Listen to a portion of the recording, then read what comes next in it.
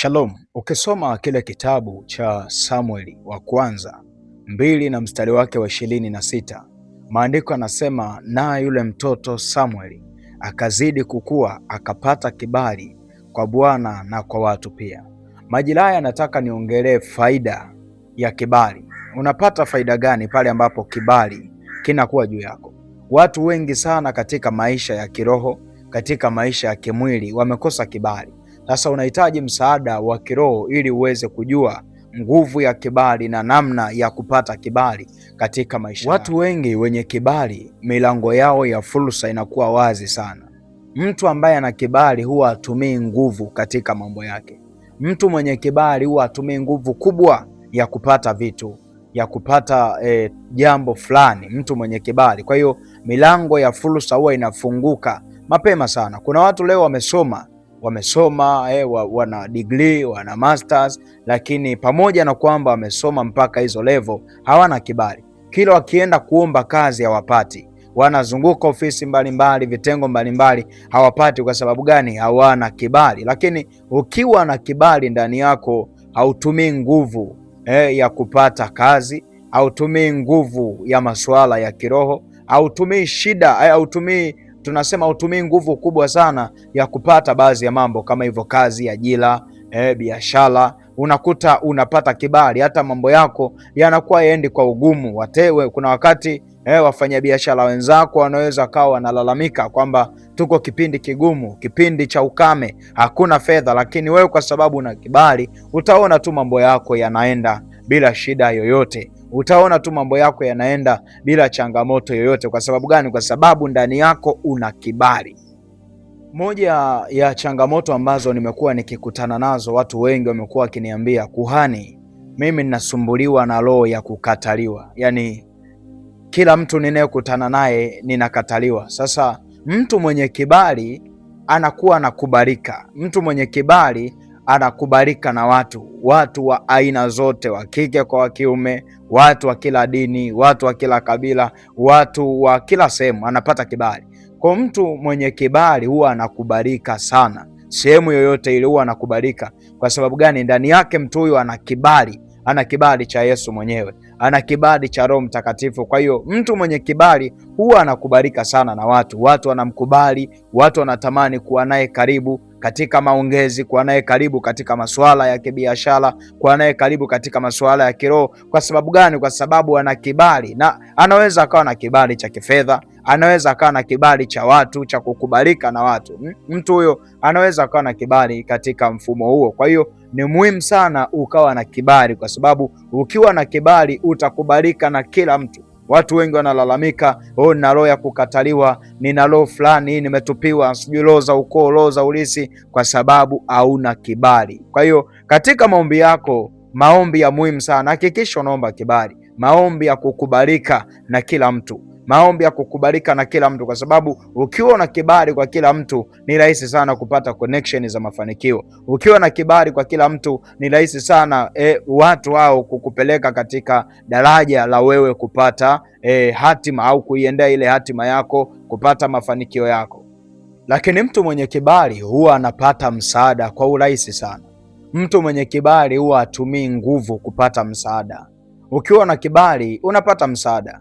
Ushaiona ile hali, unakuta upo hospitalini, uko hospitalini umekaa pale, mmepanga foleni, au pengine wewe umewahi kupita mtu fulani, ukakuta huyo mtu anapita tu moja kwa moja, na unawaambia wale viongozi, jamani, huyu amenikuta mimi. Hapana, alikuwepo hapa, panyamaza, mwacha tumhudumie basi mara moja, wewe utaendelea.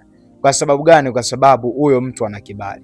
Kwa ukiwa na kibali ni rahisi sana kupata msaada wa haraka, ni rahisi sana. Kuna watu leo unakuta wanahangaikia makesi, unakuta wanahangaikia haki zao, kwa sababu tu hawana kibali. Mambo yao mengi yanaenda kwa kuchelewa, mambo yao mengi yanaenda kwa kukwama. Kwa sababu gani? Hawana kibali. Lakini mtu mwenye kibali huwa anasaidiwa kwa urahisi sana.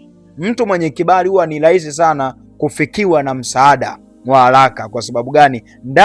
Ndani yake mtu huyo ana kibali. Kwa ukiwa na kibali ni rahisi sana kupata msaada wa haraka. Lakini mtu mwenye kibali huwa anakuwa na ushawishi mkubwa sana. Utajijueje una kibali? Moja ya ishara ya kujiona ndani yako na kibali ni pale ambapo unakuwa una ushawishi mkubwa sana. Hizo zote ni faida za kibali.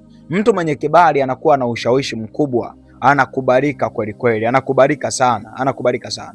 Kwa sababu gani? Mtu mwenye kibali huwa anakubalika na watu wote wa dini zote, wa kila sehemu. Angalia hata katika siasa, kama hauna kibali hauwezi kukubalika. Katika siasa mtu mwenye kibali unakuta anakubalika. Anaweza akawa anaongea hata hoja ambazo hazina nguvu kuliko mpinzani wake, anaweza akawa anaongea hoja ambazo hazina mashiko kuliko mpinzani wake, lakini yeye kwa sababu ana kibali kikubwa, ana kibali cha kukubalika na watu, ana kibali cha kukubalika na umma, unakuta ndo ambaye anapokea kula nyingi, ndo ambaye anapata nafasi. Kwa sababu gani? Kilichomweka pale ni ile nguvu ya kibali. Kwa hiyo ni muhimu sana ukaelewa nguvu ya kibali. Kwa hiyo moja ya ishara ya kujitambua kwamba una kibali ni pale ambapo unakubalika. Unapotoa maelekezo watu wanakubali. Unapotoa dira au mwongozo wa kitu fulani, watu wanakubali, watu wanafuata yale maelekezo ambayo umeyatoa. Kwa sababu gani? Ndani yako una kibali kikubwa, ndani yako una kibali cha kukubalika. Kwa mtu mwenye kibali huwa anakubalika sana na umma, anakubalika sana na watu katika sehemu zote, katika sehemu za kiroho, katika sehemu za kimwili. Hiyo ni moja ya ishara ya kwamba ndani yako una kibali, pale ambapo utaona hali ya kukubalika na kila mtu. Hiyo ni ishara moja kwamba ndani yako una kibali kikubwa sana. Mtu mwenye kibali pia huwa anafanya maendeleo kwa uharaka sana. Mtu mwenye kibali hapendi kusukuma mambo yake taratibu, anapenda mambo yaende kwa kasi, yaende kwa ufasaha, yaende kwa ustadi. Utajijueje kwamba una kibali? Ni pale ambapo mambo yako unapenda yaende kwa kasi, unapenda mambo yako yaende kwa ufasaha, unapenda mambo yako yaende kwa uharaka. Kwa hiyo mtu mwenye kibali huwa anafanya kwa ustadi, lakini pia anafanya mambo yake yanaenda kwa spidi.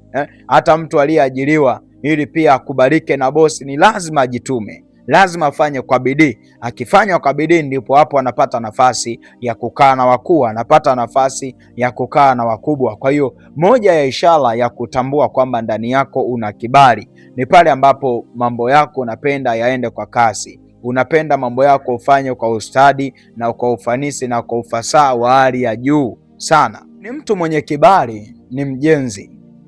Mtu mwenye kibali ni mjenzi wa mambo. Hauwezi ukasema una kibali wakati wewe ni mbomoaji. Mtu mwenye kibali ni mtu ambaye anajenga. Anapoona sehemu imeharibika, yeye anajenga. Anapoona sehemu ndoa fulani imeharibika, anaijenga, anapatanisha watu. Mtu mwenye kibali hapendi kuona watu wanafarakana.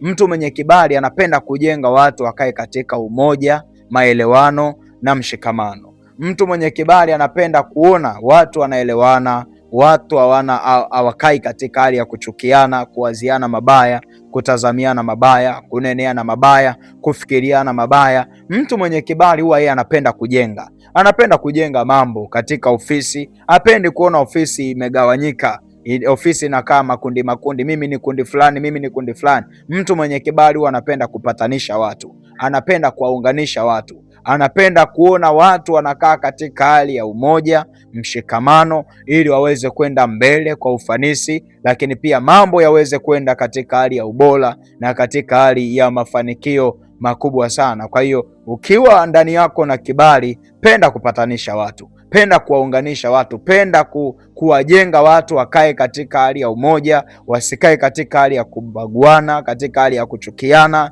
katika hali ya kutengana. Kwa hiyo ishara ya kwamba ndani yako na kibali ni pale ambapo ukawa unapenda kuona watu wanakaa katika hali ya umoja. Kwa hiyo mtu mwenye kibali yeye huwa ni mjenzi, anapenda kujenga. Mtu mwenye kibali huwa anapenda sana kufanya mambo yake kwa hekima. Mtu mwenye kibali apendi kukurupuka. Mtu mwenye kibali apendi kuenda apendi kulapualapua mambo, apendi kwamba afanye mambo tu ili mradi basi amalize. Mtu mwenye kibali huwa anapenda kufanya mambo kwa hekima, anapenda kufanya mambo kwa hekima, lakini pia anapenda kuishi katika hali ya uaminifu. Hauwezi ukajiita una kibali alafu ndani yako hauna uaminifu. Umeajiriwa, umewekwa katika kitengo fulani cha kifedha, unaiba fedha za mkubwa wako, unaiba fedha za bosi wako, alafu unajiita una kibali. Ishara ya kujitambua kwamba una kibali: moja, unapenda kuishi katika hekima, haupendi kujiinua kuliko mkubwa wako, lakini pia unakuwa mwaminifu hata katika eneo ambalo umewekwa la kifedha, eneo ambalo umewekwa ni eneo nyeti sana katika hiyo kampuni, katika hiyo huduma, lakini unafanya kwa uaminifu, unatenda kwa uaminifu. Hiyo ni moja ya ishara kwamba ndani yako una kibali. Na kwa sababu una kibali, elewa kabisa kwamba Mungu atakuinua zaidi, atakutukuza zaidi na atakupeleka mbali zaidi, na utafanikiwa zaidi sana. Kwa sababu gani? Kwa sababu ndani yako una kibali kikubwa. Mungu akubariki sana, Mungu akutunze. Niliyokuwa nazungumza nawe ni kuhani Samuel Yosia. Tunapatikana Mbezi Malamba Mawili. Ukihitaji huduma za kiroho, ukihitaji msaada wa kiroho, maombi na maombezi na uponyaji na ufungulivu, tunapatikana Mbezi Malamba Mawili. Mawasiliano yetu ni 0695579223. Ninakutakia wakati mwema. Shalom shalom, Maranatha. Asante sana. Ladies and gentlemen, welcome to the channel. Please subscribe with notifications on.